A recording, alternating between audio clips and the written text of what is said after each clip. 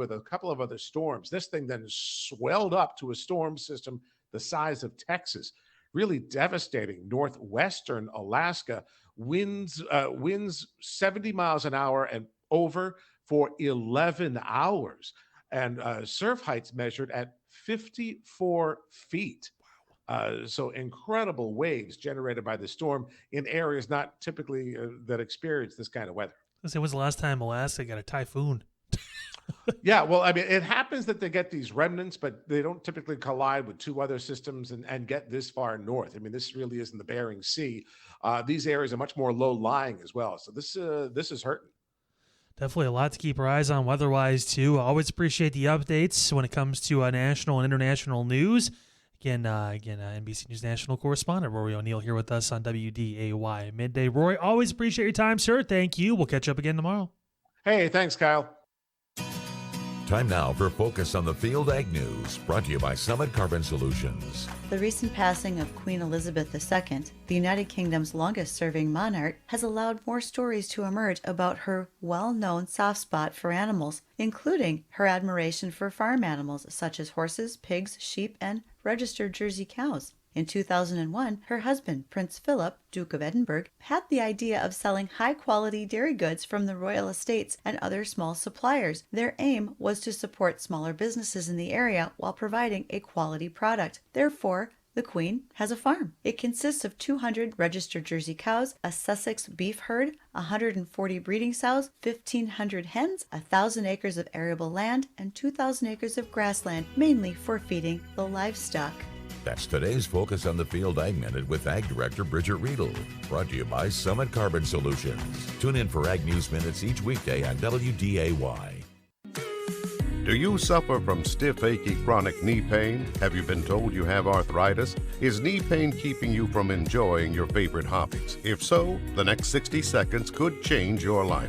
Please listen carefully. If we find you're a candidate for our unique approach, we'll do a trial treatment, and day one, you will know without a doubt if we can help you. Pick up the phone right now and call 701-353-2230.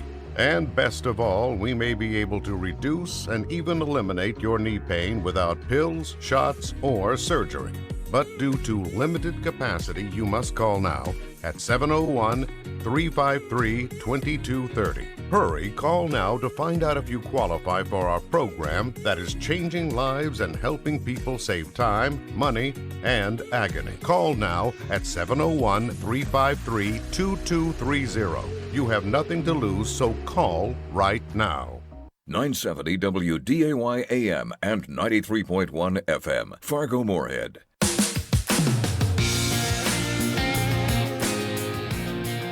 And welcome to Weather and Ag in Focus. Thanks for joining us here on this afternoon. We're looking at mostly cloudy skies right now here in Fargo. Temperature's not bad, though, in the mid-70s. And we'll touch on the forecast as we always do throughout the area. A little bit of rain fell in the Northern Valley this morning, and we'll touch on where those amounts were and how much fell. But also, I'm joined here, as always, with Chief Meteorologist Dean Wysocki and Ag Director Bridgette Readel. And how's your guys' day going so far? So far, so good. It's a beautiful day out there, and I mean, for this time of the year, we're in the upper 70s and a little bit of a breeze out of the northwest, but big difference in temperatures from the north to the south. Low 60s in the Northern Valley and low 80s in the Southern Valley. And how about you, Bridgette? I got to tell you, it looks really good out there right now, gentlemen. I don't think I can complain today, especially after we saw a few areas of rainfall yesterday. So keep up the good work. We know it's going to cool off, though, in the next couple days. Yeah, it definitely will, and we'll touch on that here coming up in our segment, but want to give a big thanks to Steve for sharing us our first report from the rain gauges that we gave away. He sent us one in yesterday, picking up about 0.17 of an inch, so just shy of a quarter inch of rain over in, I believe it was Glendon that he sent that from. Yep. And he was one of our lucky winners, correct? He was. Yeah. And did you know that we're still giving those away? We are. We are. Yes. I gave one away last night. I was out talking with a group of, I believe it was PAC 244, a local Boy Scout troop, and we drew names out of a hat to give away one of them. And the lucky winner, I said, you got to be our weather watcher. You got to do rain reports for us. So As soon as he gets that hooked up, we've got another We're going to have a whole slew of these. Yeah, definitely. And if you want a chance to win one of those, well, we have lots of them to give away, but our active contest going on right now is on our Facebook page. That's Weather and Ag in Focus, or if you just search WAG in Focus, you'll find it either way. And we have a post up there. It's pinned to the top, so you don't have to scroll down or anything. It's the first thing on the top of our page. All you got to do is drop a picture, like our page, and share the post for a chance to win that. We're picking 2 winners live on the air on the 30th of September. So 10 days from now, 2 more people will have some rain gauges to give or to send us some reports with. And we really want people to remember to send us their reports. Keep us up to date on what's happening in your neighborhood, because it just makes it more fun for everyone to know that someone they're aware of is keeping track too. So I think that's awesome. Oh, it definitely is. Well, coming up on the show, as we were teasing, we will touch on the forecast across our area. We'll also zoom out and take a look at national weather around the nation to see where that rain is falling and where is going to be seeing the most rain. Is it going to be the places that need it the most? Well, we'll touch on that. Also, we have a guest on, Nancy Bateman, executive producer of the North Dakota Beef Commission, will be joining us. We'll talk about what that is and what she does and what the Beef Commission does, so it'll be interesting to figure out. And also, we have a few topics that we would like to get to today, and that's going to include 5 future corn ideas, an NDSU cover crop tour, in North Dakota specialty crop grants, and tips to increase soil health. So we hope you stay tuned with us. We'll touch on all of that and so much more when we come back after ABC News. From ABC News, I'm Sherry Preston. The Secretary General of the UN, Antonio Guterres, opening up the General Assembly today with a dire warning for political leaders. In his words, the world is in big trouble. We are in rough seas. A winter of global discontent is on the horizon. A cost of living crisis is raging, trust is crumbling, inequalities are exploding, and our planet is burning. He says the divides between countries are growing deeper. At the same time, more work is needed to solve numerous worldwide crises. The sheriff of Bexar County, Texas, and San Antonio has launched an investigation into Florida Governor Ron DeSantis' move to fly 50 migrants to Martha's Vineyard last week. This is Sheriff Javier Salazar. They had a right to not be preyed upon and played for a fool and transported halfway across the country just for the sake of a media event, of a video opportunity. Others in the state, though, say the move shines a spotlight on what officials along the border have been dealing with for years. At the southern border, a record number of crossings, apprehensions topping 2 million for the first time ever. That's a 175% increase from last August. Across the country, cities are overwhelmed by the influx. El Paso opening up an emergency processing facility. The mayor of New York considering cruise ships as temporary housing. ABC's Rachel Scott. Hurricane Fiona battering Turks and Caicos after punishing Puerto Rico. ABC's Victor Oquendo is in Salinas. All the rain that accumulated on Puerto Rico's mountains that had to go somewhere. It came sliding down. It caused a lot of damage. There's debris on the roads. It's not impassable like it was after Maria, but it's still a problem. Also a problem, power outages, more than 1 million of them across Puerto Rico. The Federal Reserve is beginning its 2-day meeting today. At its conclusion tomorrow, it's expected to raise interest rates another 0.75% in an attempt to slow persistent rising inflation. You're listening to ABC News. Mr. Clean, Mr. Clean. I hate the struggle of tough, greasy messes on my stovetop. So I just freak, wipe, and I'm done. When I'm frustrated with stubborn bathtub soap scum, I just freak, wipe, and I'm done. Mr. Clean Clean Freak delivers an innovative cleaning experience with a powerful deep cleaning mist that starts working on contact to break down tough messes in seconds. Just freak, wipe, done. Research shows listeners prefer a personalized experience. So to help you remember, Liberty Mutual customizes your home insurance. We personalized this ad for Amber, who really misses boy bands from the 90s. Hey girl, I'm the cute one, here to tell you how Liberty Mutual customizes your home insurance so you only pay for what you need. I'm the heartthrob. The only thing I love more than you is saving. And I'm the other boy in the band everyone forgot about. Only pay for what you need at libertymutual.com. Liberty, liberty, liberty, liberty. If I said the Stones were coming to Fargo, you'd be like, are you kidding me? Well, the Stones are in Fargo. It's construction season. The team at Glass Doctor of Fargo Moorhead is the expert. They'll work with your insurance company to fix that crack on time, giving you exactly what you want at a price you want. Let the car concert begin. Windshield repair and replacement at Glass Doctor of Fargo Moorhead. Set that appointment today at glassdoctor.com/Fargo. glassdoctor.com/Fargo. Pucklet Chevrolet's tradition of giving back to our community remains a priority, and that's why we've partnered with many local nonprofit organizations and events. Our tradition of giving this community a fair and honest offer continues during Chevy truck season, as you'll get a $1,000 accessory allowance on all new 22 and 23 LD or HD Chevy trucks. New trucks are arriving daily at Pucklet Chevrolet Buick GMC in Valley City. See dealer for details. Offer ends 10/3/22. From the North Dakota's for Comprehensive Energy Solutions studios in Fargo, it's WDAY Midday, your best source for news, weather, and agriculture. Your daily afternoon focus on weather and agriculture starts now. And welcome back to Weather and Ag in Focus. I'm meteorologist Justin Storm. I'm here with Chief Meteorologist Dean Wysocki and also Ag Director Bridgette Readel. And we're looking at a little bit of cloud cover over the area right now from some remnant showers up in the northern valley, but I think we're going to shake this cloud cover. Dean, what do you think about what's going on today and the week ahead? Well, I'll tell you what, it's going to be a pretty non-eventful week until we get to the end of the week in terms of precip, but we're looking at quite a bit of cloud cover this afternoon. We'll see some sun mixed in time to time. We're in the mid-70s right now in the FM area into Lakes Country. And cooler, way cooler to the north, low 60s, and we'll make it up to about 79 today. We've already touched 77 briefly. I think we'll make it up to at least that or a few degrees higher. Should be a dry day, but it's starting to turn windy. Northwest winds 15 to 25 and gusty. Partly cloudy, 50 tonight. And for Wednesday, windy. Northwest winds 15 to 30 and partly cloudy skies. And much cooler, low 60s. So the weather that's up in the northern valley right now is going to make it into the central and southern valley as we head into tomorrow. And then lighter winds on Thursday. Thursday morning, 38, we're calling for a low. Burr. Now, there will be some areas, I think, in the northern valley that do see some patchy frost. I'm not looking at anything widespread. But right. What about out in the central portion of North Dakota? You know, they're going to be even colder. So I would not be surprised central and northern parts of the state, north central parts of the state, might see frost advisories issued for Thursday morning. That's that's a possibility.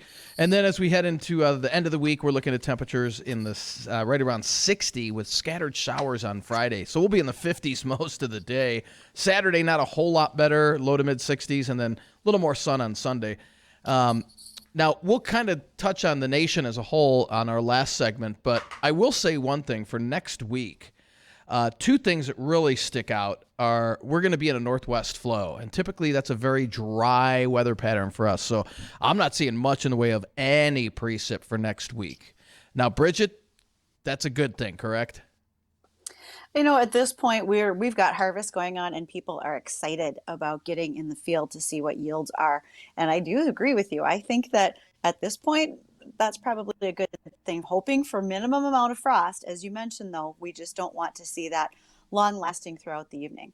Right. But even bigger news, Dean, we happen to have a fellow by the name of Dave. He's the scoutmaster from the troop that you visited with last night. He'd like to come online with us. He's got something to share. Dave, are you there? I'm here. I just Go want right to say ahead. thanks to Mr. Wysocki for coming to my troop meeting last night. The guys were really excited and stuck around for about a half an hour after the meeting ended talking about it. They really enjoyed the pictures of the tornadoes, and Christian was really excited about the rain gauge. Right. Everybody was jealous. And he's got to be one of our weather spotters now, Dave. So make sure you let him know once he gets that mounted up. He's got anytime we get rain, he's got to either send us an email or give us a call. Let us know how much he got. That'll help us out too. Okay. Yeah, had a blast with. Say thanks. Hey, not a problem. Had a blast with you guys. Great group of kids. Great questions they had. Love teaching our youth about weather, and who knows? It might stick with a couple of them, and they might go go on to become the next meteorologist here in Fargo. Mm-hmm. You never know. They could be the next Justin Storm. They could be the next Justin Storm. All right. Well, anyway, thanks again. You guys are a great team, and it's great you could come out, and I appreciate it. Hey, thanks, Dave, for listening. Appreciate it. You bet. Have a great day. Bye. Oh, that's awesome. That's great. Bridgette, I wanted to go back. You were touching on the frost around the area, but with combining kind of ongoing and about to start back up, and for corn and soybeans, because we're starting to see some of that turning now. What do these windy conditions bring in for the farming community? Is that going to bring in any issue if we're dealing with gusts to 30, maybe 35 on Wednesday and again on Friday? Well, if our crop starts to get really dry, heavy winds like that can literally blow the pods apart on a soybean so that the beans fall out. So if you have an overly dry plant, stalk, pod, you could see some shatter. You could see them fall out. That's generally not as common. In corn, if we were in a situation where, especially if we were further down the line, our corn was more dry, you could start to see some ear drop, some of them being knocked off. And then anytime we have high winds, we get concerned about standability. Are those stalks brittle now that they're drying down and don't have that great green lush look to them that's holding them up strong? So there's always a possibility for that, but I don't think we're there yet. Right. And is there like a threshold on that wind where you got to start worrying about if those pods are going to get split open, or maybe some of the drier stalks start getting bent down? Is it like, anything over 30 we start getting concerned with? Anything over 40, it's like, all right, yeah, we're probably going to have some damage here. I think wind speed probably doesn't matter as much as how dry is it and how late in the season is it. So that's why when folks think their field is ready, they're going to try to take them up as fast as they can before things get what could actually be too dry, if that makes sense. That definitely does. Well, we're going to get our guest on the line here, and that's going to be Nancy Jo Bateman from the executive producer of North Dakota Beef Commission. So we're going to find out what that is, what she does there, and so much more. And we'd encourage you to join in on our conversation. Ask any questions. Feel free. Give us a phone call, 701-293-9000. Again, that's 701-293-9000. You can always send us emails during or after the show with related topics or questions to weather@flagofamily.com or ag@flagfamily.com. But if you want to ensure that you get that question on the air, feel free to give us that call again, 701-293-9000. We'll be right back with our guest, and we'll pick up with Weather and Ag in Focus in just a couple minutes. I'll second guest dinners with friends because they can be interrupted by diarrhea, gas, bloating, stomach pain, or oily stools. It turns out I have EPI, or exocrine pancreatic insufficiency, which means I'm missing the enzymes needed to digest food. My doctor prescribed Creon, pancrelipase, an oral prescription medication that replaces pancreatic digestive enzymes. Creon treats EPI due to cystic fibrosis, chronic pancreatitis, pancreatectomy, or other conditions. Creon may increase your chance of fibrosing colonopathy, a rare bowel disorder. Tell your doctor if you have a history of intestinal blockage or scarring or thickening of your bowel wall, if you're allergic to pork, or if you have gout, kidney problems, or worsening of painful swollen joints. Call your doctor if you have any unusual or severe gastrointestinal symptoms or allergic reactions. Take Creon as directed by your doctor and always with food. Do not chew capsules, as this may cause mouth irritation. Other side effects may include blood sugar changes, gas, dizziness, sore throat, and cough. These are not all the side effects of Creon. Creon is the #1 prescribed EPI treatment. Ask your doctor about Creon for EPI and visit creoninfo.com or call 800-633-9110 to learn more. That's CREONinfo.com. Research shows listeners prefer a personalized experience. So to help you remember Liberty Mutual customizes your home insurance, we personalized this ad for Amber, who really misses boy bands from the 90s. Hey girl, I'm the cute one, here to tell you how Liberty Mutual customizes your home insurance so you only pay for what you need. I'm the heartthrob. The only thing I love more than you is saving. And I'm the other boy in the band everyone forgot about. Only pay for what you need at libertymutual.com. Liberty, liberty, liberty, liberty. When the weather cooperates here in the valley, our instinct is to race outdoors and work on that honey-do list. As you mow the lawn, you notice that your steps have shifted, the driveway is beginning to crack, and your new addition is sinking. Hi, Gus here with Precision Concrete Cutters and Ramjack North. Whether it's polyjacking or piers, we have a solution. Call us at 701-280-7038. That's 280-7038. It's true. In just over 5 years, the Medicare Trust Fund will run out of money. Millions of Americans like you and your loved ones who depend on Medicare could be in trouble. Some experts say Medicare simply won't be able to pay for all of your health care. All this week, Eric Bowling is on Newsmax, asking the tough questions about Medicare. Eric looks at the impact of Obamacare and why Democratic plans to expand Medicare could hurt your benefits. Tune in to Eric Bowling tonight, 7 p.m. Central. Get the truth about Medicare. Watch Eric Bowling, The Balance, on Newsmax, now the 4th highest rated cable news channel in America. I watch Newsmax and millions have made the switch. Find it on all major cable and streaming platforms, or just download the free Newsmax app on your smartphone. Watch Newsmax anywhere, anytime.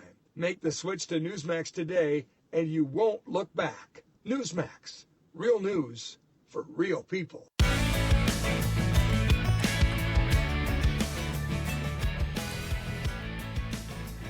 Welcome, everyone, to Weather and Ag in Focus. I'm Bridgette Readel, Ag Director here at WDAY. I'm along with Chief Meteorologist Dean Wysocki and Justin Storm, Meteorologist Extraordinaire. That guy right there. That's guy. Me. All right. We have a fabulous afternoon planned for you folks with our guest. And please remember, you can reach us at 701-293-9000. That is Nancy Jo Bateman. Nancy Jo is the Executive Director of the North Dakota Beef Commission. Nancy Jo, thank you so much for taking time to visit with us today. I am happy to be with you folks today. Thanks for the invite. Yeah, you're very welcome. We have lots of questions, lots of good questions, because this is kind of new for us. You're going to be retiring soon after 38 years as Executive Director for the North Dakota Beef Commission. In 38 years, what exactly are your job duties, and what does the Beef Commission do for us as consumers as well as producers? That's a pretty big question, Nancy Jo. Well, yeah, that could be the next hour, and we don't have that kind of time. Right. Well, the North Dakota Beef Commission is the Beef It's What's for Dinner people. We're the Beef It's What's for Dinner program for North Dakota. And our organization since 1973, or I should say, we are a state agency, a commodity group in North Dakota, like the Wheat Commission, the Sunflower Council, the Soybean Council. All of our groups work together, yet we all have our own missions. But anyway, we do the beef promotion, research, and education work in North Dakota for our beef producers, and we're funded by beef producers in North Dakota. Every time they sell cattle, there's $2 per head that's deducted from their proceeds, and that comes into the North Dakota Beef Commission for us to do promotion, research, and education programming at the state level, the national level, and international level to help increase demand for beef. And Nancy, has there been any pushback in terms of, a lot of these non-meat products, or what would be a better term for that? The gentleman down. Imitation? Yeah, I mean, is that hurting the beef industry at all? Well, there's always concern over any kind of competing product. And there's a lot of different types of those products in the marketplace. But beef is still king, and all of our other, I'll call them naturally occurring proteins, are still, doing a great job with consumers. Everybody needs choices. And I'm sure not going to be one that's going to criticize someone that has decided for whatever reason to have a vegetarian diet or things like that. And we need good choices in that whole realm as well. But, what we try and do is, we're not going to disparage another grain-based product of any sort, because, goodness, at our farm and ranch, we're raising products that could be used in something that would be an alternative to beef, in soy-based products, or something that's wheat-based, or whatever it might be.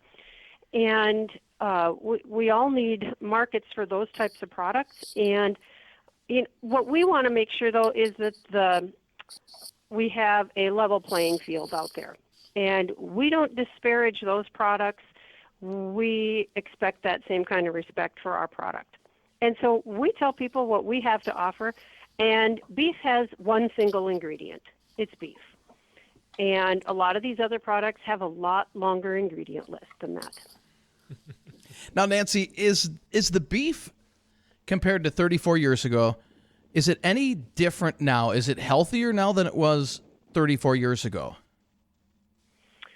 Well, there have been changes that have come about from our producers and our processing and all sorts of things like that, constantly with the goal of putting the best product out there for consumers to eat and to purchase. When I started working with the beef industry, it wasn't uncommon to see steaks in a meat case that had at least a half an inch of fat, I'll call it like a bark, an outside edge, half an inch or more. And now today you rarely ever see a lot of fat on our products. Either it's been taken off by our producers in the way they raise our cattle, or it's being taken off on the meat cutting table. And our producers have done wonderful things with genetics in our cattle across the country. They have done fabulous things to make that beef product higher marbled, yet still not with lots and lots of fat on the outside of it. We've got, the genetics, of course, the way they feed cattle, the way that they are processed. All those things are contributing to a better product for consumers to purchase and to get a great value for as well. That's a great answer. Now, if anyone out there is listening and they'd like to join in on our conversation, we're speaking with Nancy Jo Bateman, Executive Producer of North Dakota Beef Commission. Feel free to give us a call at 701-293-9000. That phone number is up on the screen if you're watching on Acres TV or on Facebook Live. 701-293-9000. We're going to head over to the studio line right now and bring on Jeff Left from Bonnie and Friends from 5 to 8:30 in the morning here on WDAY Radio. Jeff, thanks for calling into Weather and Ag in Focus. What's your question? Oh, thank you. And a great show. And I guess my question is, do you have a lobbying arm in your organization, either in North Dakota or in Washington, to protect the stuff that you do? Well, actually, that's a great question, and I thank you for that, because there is a misconception out there, even amongst our producers, that their checkoff dollars are used in some cases for lobbying on issues that they may not agree with. And actually, by federal law, we cannot use beef checkoff dollars for any kind of programming that would influence government, i.e. lobbying. There are lots of organizations, though, in our state that do a great job in that area, both at the state level and at the national level. And they don't always agree, but that's why you can belong to the one that most reflects your opinions, whether that is, in the cattle industry, the North Dakota Stockmen's Association and the Independent Beef Association of North Dakota both have efforts that they do in that lobbying area. We've got general farm organizations. The two that come to my mind are North Dakota Farmers Union and North Dakota Farm Bureau, and there's lots of other groups. And so producers can determine which one best reflects their feelings about their industry, and they can support those. But as far as the checkoff dollars that support the beef promotion, research, and education programming, no, those dollars are not used for any kind of lobbying or government influencing. We don't have a beef commission lobbyist. Fantastic. My other statement is that when you said that you remember in the old days the steak that would have that big round inch of fat all the way around it, I remember those steaks. Sometimes they had that blue stamp from the USDA. They used to stamp the meat. And I'll bet you that was in the price of the steak. Well, yeah, it was. You were paying for that weight. That's right. You were paying for that weight as part of that steak. You mentioned the stamp. I mean, beef today, all of it has to be inspected with an inspection stamp. A lot of our livestock also, or our cattle are quality graded. And sometimes, you would see that rolled on a carcass back in the days when you actually saw a carcass. So that's where the choice beef, the prime beef, select beef, those quality grades come into play, and those are equally important. Thank you for your question. Thanks for calling there, Jeff. And we're going to hit bottom of the hour here. So if you want to get your voice heard or ask any questions for Nancy, feel free to give us a call, 701-293-9000, 701-293-9000. We're going to just take a few short minutes here and come back to our conversation with Nancy Jo Bateman, with the executive producer of North Dakota Beef Commission. We got lots more questions. We have Nancy for a whole nother segment. So if you want to ask a question or any comments, feel free to give us a call. Again, that phone number, 701-293-9000. We'll be right back. Are you utilizing your storage space as efficiently as possible? If you have 8-foot shelving under 16-foot ceilings, you're only using half the space you're paying for. But to use that space the right way requires the right equipment, and you need someone knowledgeable you can trust. Here's Kari Score, whose dad Nels started Dakota Storage Products in West Fargo over a quarter of a century ago. My dad always said, if you're paying for the space, you might as well use it. It's a simple idea, but it isn't always that easy. That's why we have been here for more than 25 years, helping businesses, farmers, and everyone in our region make their storage space smart, safe, and efficient. For the largest inventory of pallet racks on the Northern Prairie, along with shelving, loading dock equipment, cabinets, bins, warehouse ladders, and thousands of other storage solutions available, come see the experts at Dakota Storage Products in West Fargo. They'll help you make your storage space fit your needs. Call 701-281-1209 or visit dakotastorageproducts.com on the web. Their warehouses in West Fargo. Dakota Storage Products, they'll help you store stuff smart.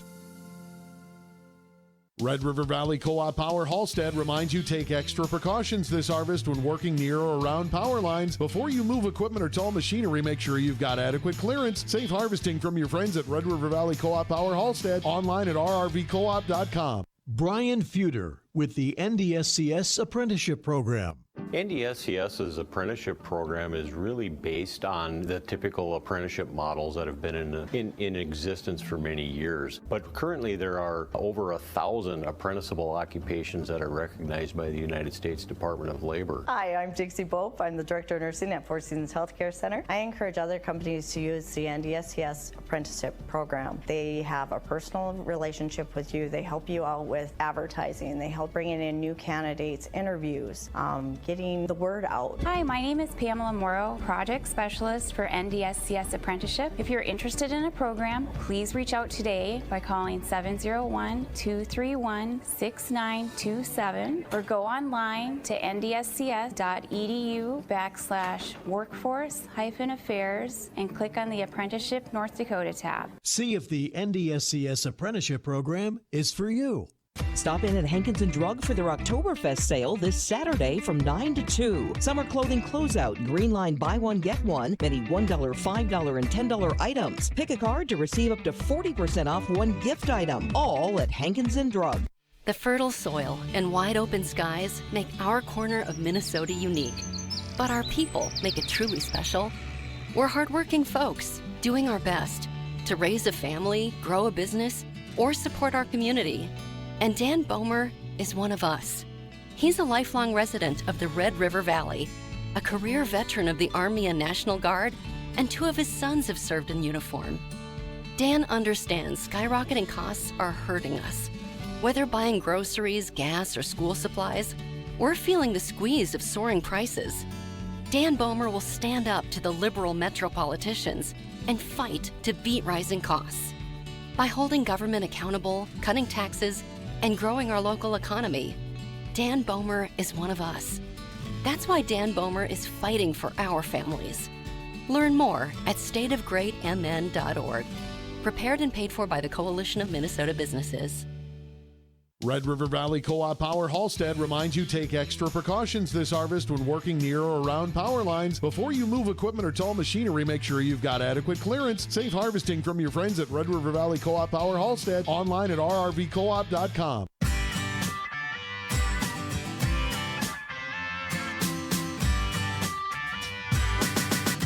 And welcome back to Weather and Ag in Focus. If you have any questions for us, we have our guest, Nancy Jo Bateman of the executive. She's the executive producer of North Dakota Beef Commission. If you have any questions for Nancy or for us, give us a call, 701-293-9000. Again, that's 701-293-9000. Nancy, I got a couple questions here for you. So Does all beef have to be USDA approved or inspected? Well, if producers are having their own animals processed to eat themselves for their families, then no. But for anything that ends up in our grocery stores or our restaurants, things like that, it has to be it has to be harvested in a facility that has inspection. And that's inspection for safety and things like that. And in North Dakota, we've got a meat inspection program, and then there's also a federal meat inspection program. I'll get that right yet. So there's a lot of oversight to make sure that that product is being handled the right way and that it's safe and it's being processed under very sanitary, very good conditions. Now, is there a difference between USDA inspected and USDA approved? Well, there isn't really something that's called USDA approved. USDA inspection has to do with the safety and the cleanliness. There's a USDA grading system, and that's the one I mentioned earlier, where they will look at that carcass, they'll look at how much marbling there is in the ribeye and how much muscle there is. There's a factor for the age of the animal and the fat cover, all of those things that contribute to the quality of that product that consumers are going to purchase. And then they can grade it as select, which is a little leaner product, not as much marbling, or choice, which is what we see almost always in our grocery stores in North Dakota, across the country, and in our restaurants. And then the ultimate highest level of quality, which would be prime. Okay, and so I've got a follow-up question, and I'm not going to let these other guys talk here. Dean likes his steak, Nancy Joe. I love. Oh, that's great. Yeah. You can't beat it.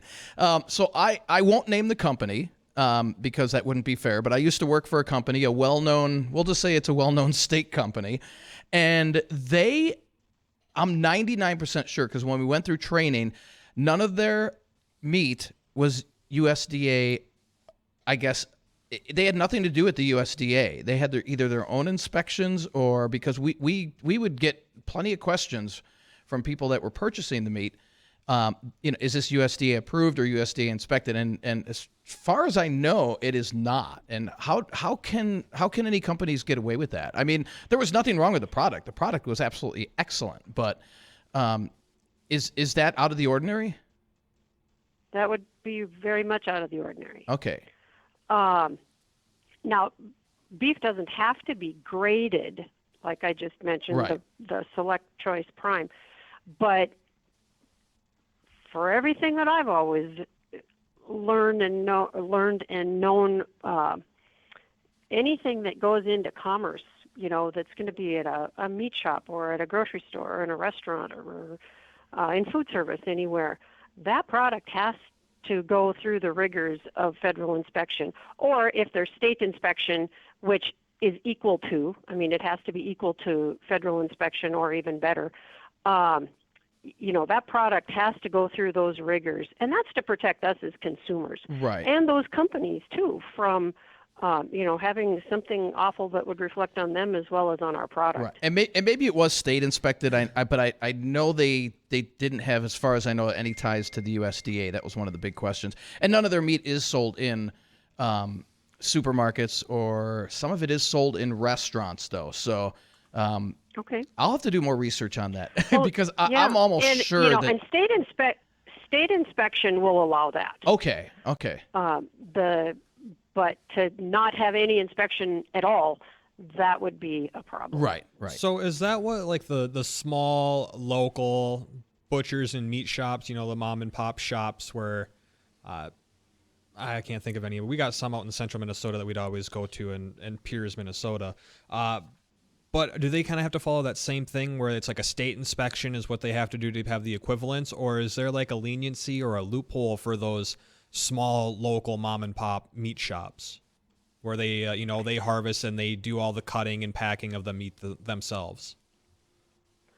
Well, I'm not really up to speed on what Minnesota has for a lot of their regulations. I know in North Dakota if they're going to have a meat counter, the meat that they sell there either has to come in as boxed beef, which would have already been federally inspected, or they can have state inspection if they're harvesting animals. That, there's nothing against a small butcher plant or butcher company to buy 2 or 3 or 10 fed animals from a local rancher and then bring them in and process them and sell that meat, as long as there's at least a state inspection program that's involved in that.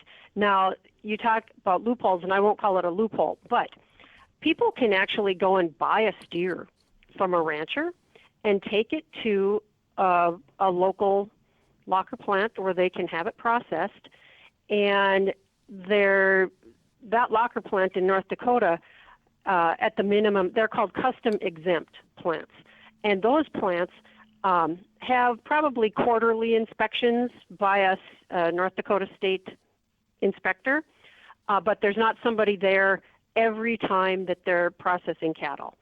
And as long as you own that animal when it goes in there and it's processed and you take that meat out and it goes back to your own deep freeze, it's yours. And that's a little different, I'll call it a little different animal in that area.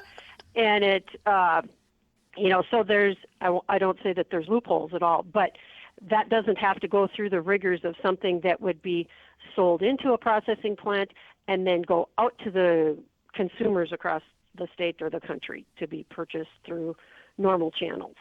Okay. Did that make sense? Nancy Jo, oh yes, it did. That makes great sense. Okay. And Nancy Jo, when I asked you to come on air with us, I don't think I told the guys that I was going to spend most of my time fangirling, because I've been listening to Nancy Jo on the radio since I was a little kid in tractors with AM radio when she did spots about beef promotion years ago. And so this is a great day just to listen to someone so knowledgeable, all the things that Nancy Jo has seen over her 38 years in her position as executive director for the Beef Commission. Of those times, when you think about new young producers who might just be getting into the market and starting to understand checkoff dollars, Nancy Jo, what's something you want that new young producer to know? I want them to know that there is a board of beef producers, their peers in North Dakota and in every other state, that guide these programs. Our board of directors meets, we have a conference call at least monthly, and we have board meetings in person quarterly to oversee the programs that beef checkoff dollar is invested in. So it's people that have money in the program that are helping to determine where these dollars go, how they're invested, how best to build demand for beef, and how we do that at the local level in North Dakota, how it's done at the national level, and how it's done at the international level. In fact, in North Dakota right now, I am so proud of a couple of my board members because they have taken the initiative to get involved at our national level, and 2 of them are actually on what's called the Beef Promotion Operating Committee. And that is a group of 20 producers, 10 that come from state beef councils and 10 that come from the Cattlemen's Beef Board, which those people are appointed by the Secretary of Agriculture to that board. And those 20 people determine the focus of those national checkoff dollars in the programs. And they go through, they just completed a rigorous process of reviewing what's called authorization requests to determine where those dollars go and into what types of programs and what will get the best return on investment and increase demand for beef, all the way down the line. And so producers control this program. Our consumers are the focus. We want consumers to trust our beef producers are doing things right and that they're doing the right things, all the way from taking care of the land to the cattle that produce the beef and to our product, and then even the recipes and the nutrition information that we have. Everything we have is backed up by solid science. And we have the science to defend our product, whether it's in the area of food safety or nutrition, any kind of diet-related issues, and on down the line. And so we're excited about that at the Beef Commission here. And we're proud of those beef producers that help make those decisions that guide our programs, and producers that, are selling their animals and looking at that list of deductions on their receipt they get back from a livestock market and see $2 per head. I would hope they feel like that's a tremendous investment in something that is being done on their behalf that we couldn't do as individuals. And Nancy Jo, I was mentioning that company I used to work at, so I just did a little Google search. They do what's called food irradiation. Can you explain that to us? Okay, yeah, that is a type of process that actually acts on the bacteria that can be in beef. And goodness, you kind of catch me off guard. I knew a lot about that a long time ago, but it's been a long time since I've had to think about it much. But anyway, it was, my brain's kind of like a computer. Once in a while, my hard drive just is shot, and I need a new one, I think.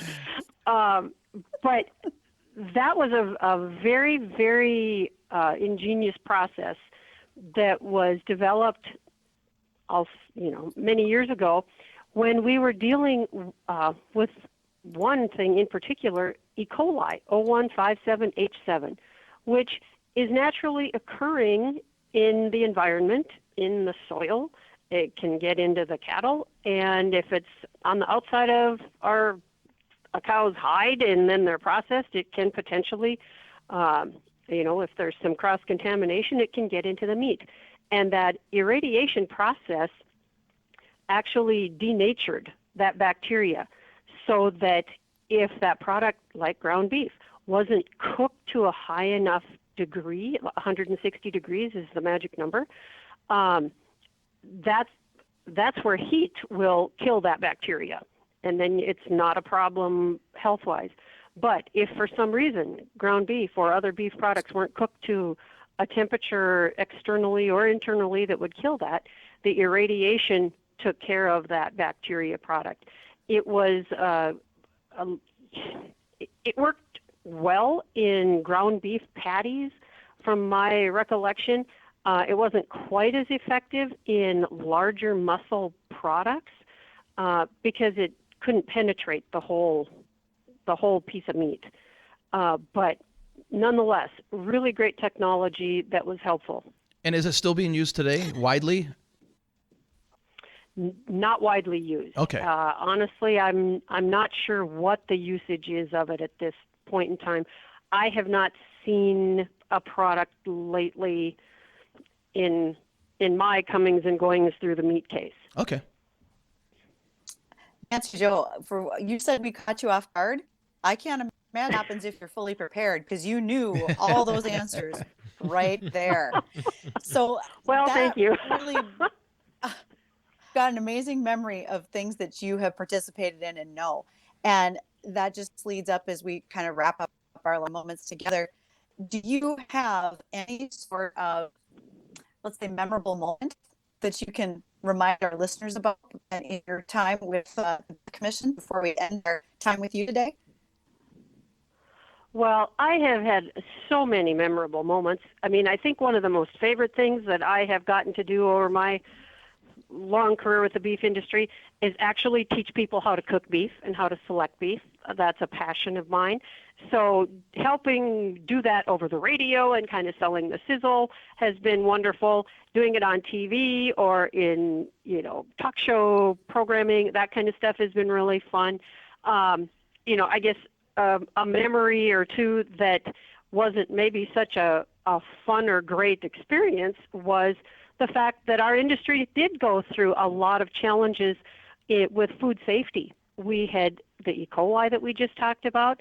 I was working for the industry when we had the first major outbreak in people from a fast food restaurant, and we actually had people die from the effects of E. coli from undercooked ground beef. And we didn't have the research that we needed, and now we do. And there have been so many things put in place that today, E. coli is still there, but the stopgap systems that have been put in place are keeping people safe. It's keeping our product as healthy as it possibly can. And then we had BSE, mad cow disease. And because we were better prepared when that happened, we actually came out of that in a matter of weeks with a higher level of trust in our consumers across the United States, with them being reassured that we had systems in place to prevent that from getting into the food chain. And so those were some of the things where we took a bad situation, or what could have been much worse, and turned it into something through research, through experience, through working through the industry, to reassure consumers that our beef in the United States is safe, it's delicious, it's nutritious, and they can feel good about eating it. Well, thank you very much, Nancy Jo, for being on Weather and Ag in Focus with us and sharing all of your experience and stories with us and answering all of our questions. We really appreciate it. I'll give you this last 30 seconds if you want to plug anywhere or any place that people can go if they have more questions or just want to get more information on the Beef Commission. Well, it's pretty easy. You can go to our website, and that's just ndbeef.org. And we have links to our National Beef It's What's for Dinner website there. You can look at recipes. You can look at nutrition. You can look at information about the industry. You can meet a few of our beef producers that are on our board or have been involved. And, of course, you can always call us or email us for any other information. And we have just I would say one of the best collections of recipes for great beef meal ideas. Now I'm hungry. Bar none. So, now, just before we're done, I want to know what you folks' favorite cut of beef is. And I was going to ask her the same thing. Oh, there yes. we go. Boy, beat you to the punch. Mine is a cross between, I love a good ribeye, but I'll tell you what, we just got back from Nebraska on a football road trip, and there's a restaurant down there. It's been down there for 50 years, and they have the best prime rib I've ever had. So I'm going to go with prime rib. I mean, you just can't beat it if it's a good cut. Same cut of meat, Dean. Kidding. Ribeye is my favorite. Yeah, that's my favorite cut. And Bridgette? And we actually, I think we might have lost Bridgette. She was having a little technical difficulties, so we're trying to get her reconnected. Okay. But I'll have to ask her, and then we'll follow up with you and let you know. And Nancy Jo, your favorite? Okay, well, I have had lots of favorites, so my deep freeze is full of really good stuff. I'll never turn down a good ribeye, but one of my latest real favorites is the top sirloin cap. And that is that really good piece on a sirloin that you want to take off the top, and everybody kind of fights for that if you're making a full-cut sirloin. Super tender, great beefy taste, nice portion size, and moderate cost. Okay, now I know what I'm getting for dinner. We're going to the store right now. We're just wrapping up the show. Yeah, the kind of fun name for that is a culotte steak. A culotte, you said? Culotte, yep. All right. And it's the top sirloin cap. We'll have to take a look for that. Well, Nancy, thank you very much. We hope you have a great rest of your afternoon, and we'll share that website on our Facebook page as well, Weather and Ag in Focus. Make sure you go on there, like and follow us on there for all of the latest stuff that we talk about here on our show, and as well as how you can win some really cool rain gauges. We'll touch on that, national weather, and if we have time, because we ran a little late, we'll hit those ag topics that we're desperately trying to get to. So stay with us. We'll be right back. It's Jay and Ronnie from the Coffee Club, and we're here to tell you the original My Slippers are almost completely sold out. My Slippers has a brand new all-season slippers, slides, and sandals for as low as $29.98. This is a limited time offer, so go to MyPillow.com, use promo code WDAY, and get all new footwear for as low as $29.98. All-season slippers are made with exclusive 4-layer design that you won't find in any other slipper. They are finished with a breathable fabric so you can wear them all year round. Slides and sandals are made with patented impact gel, making them ultra comfortable and extremely durable, guaranteed. They will make the most comfortable footwear you'll ever wear. So just go to MyPillow.com or call the number on the screen and get your very own all-season slipper, slides, and sandals as low as $29.98 with promo code WDAY. This is an introductory offer, so it won't last long. Order now. Call 800-875-0644. Do you suffer from stiff, achy, chronic knee pain? Have you been told you have arthritis? Is knee pain keeping you from enjoying your favorite hobbies? If so, the next 60 seconds could change your life.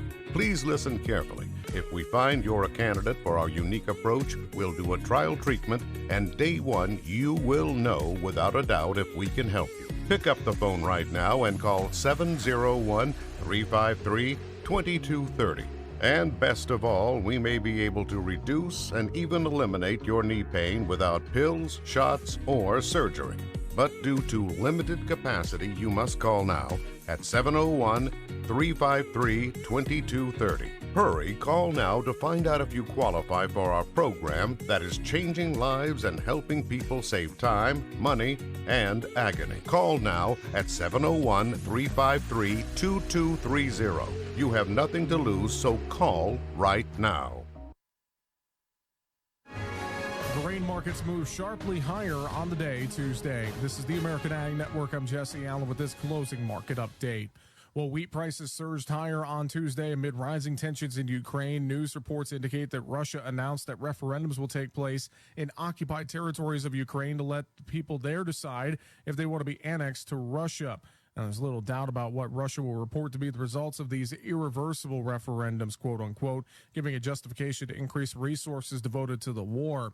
That really supported the wheat markets on the day. Chicago wheat getting its highest close in over 2 months as wheat was surging on the day Tuesday, up sharply. Corn and soybeans up sharply as well, following wheat to the upside. Good support in soybeans, even amid a harvest starting to pick up across the country for quarter beans. And also the backdrop of everything, the Federal Reserve two-day meeting getting going Tuesday, expecting an interest rate increase on Wednesday, and that is going to be an overlying weight on the markets. December quarter up 13 3/4, 692. March up 13 1/2, 697. November beans up 17 1/4, 1478 1/2. January up 17 1/4, 1484 3/4. October bean meal up 12.50 a ton, 450.70. October bean oil up 57 points, 68.57. Chicago wheat December up 62, 892 1/2. March up 59 1/2 at 906. December KC wheat up 51 3/4, 961 1/2. Spring wheat December up 39 1/4, 957 1/2. Spring wheat for March up 35 1/4, 961 1/2. Lean hogs October down 50, 95.97. December up to 88.17. September feeder cattle down 115, 178.80. October down 227, 180.02. October live cattle up 57, 146.30. December up 17, 151.07. That's looking on the market trade wrapped up on Tuesday. You're listening to the American Ag Network. I'm Jesse Allen reporting. Let the Goose River Bank become your community bank. They believe a strong bank builds strong communities and would be proud to be your bank. Welcome back to Weather and Ag in Focus. We've only got a few minutes, so we're going to do a quick national wrap and want to go over the next 10 days what we're looking at for precip around the northern and central plains. We're going to go through the different models here, but most of them from the Canadian model, the American model, and the European model, only giving the northern plains, we're looking at North Dakota, South Dakota, Minnesota, only about a quarter to half inch of rain over the next 10 days. Great news for harvest. Heavier swath of rain is going to be right up through Colorado. Let's say desert Southwest from Arizona through the Four Corners, Colorado, into western Nebraska and western Kansas. Great news for western Nebraska and Kansas. Over the next 10 days, they could pick up well over an inch of rain. So that's great news for those very dry areas. Also, what's on radar, with the one hurricane now exiting the Dominican Republic and going up towards Bermuda, there is a possibility we're getting the latest indications from our long-term computer models by the middle or latter part of next week. We could have our first, we'll call it the first landfall hurricane in the U.S. In the Gulf of Mexico. We'll be keeping a close eye on that, and that is favoring the Florida Peninsula at this point. But again, we'll see, and then that would rush up the southeastern parts of the United States as well. But that wouldn't be till the middle and latter part of next week. But as we were saying, we go into a northwest flow next week, and that's a pretty dry flow. So any rain we get, most of that's going to be falling this Friday. Right. Pretty dry looking forecast after that. Not too bad up here for harvest. Bridgette, does that sound okay on your end for harvest and all the farmers and ranchers out there? I'm going to take it for right now until you guys tell me something different is happening. We're going to say this is going to be good. Well, Bridgette, I'm sorry we don't have time to get to our topics, and I really wanted to get to them today, but you just got us such a great guest on today that we had to eat half of our last segment. Literally. Well, when you have a good guest like Nancy Jo Bateman with the Beef Commission, you don't pass up the opportunity to quiz her. So looking forward to tomorrow. Our guest, we are going to go from our favorite thing of beef to our other favorite thing of beer. And we will have Mike Froelich with Laughing Sun Brewery out of Bismarck. He's going to talk about taking North Dakota barley, creating North Dakota beer. So look forward to that. Join us tomorrow here on WDAY, Weather and Ag in Focus. 970 WDAY AM and 93.1 FM, Fargo-Moorhead. Good afternoon, I'm Tom Tucker, WDAY News First. Here's a look at what is making news at this hour. The man accused of shooting two people and their unborn child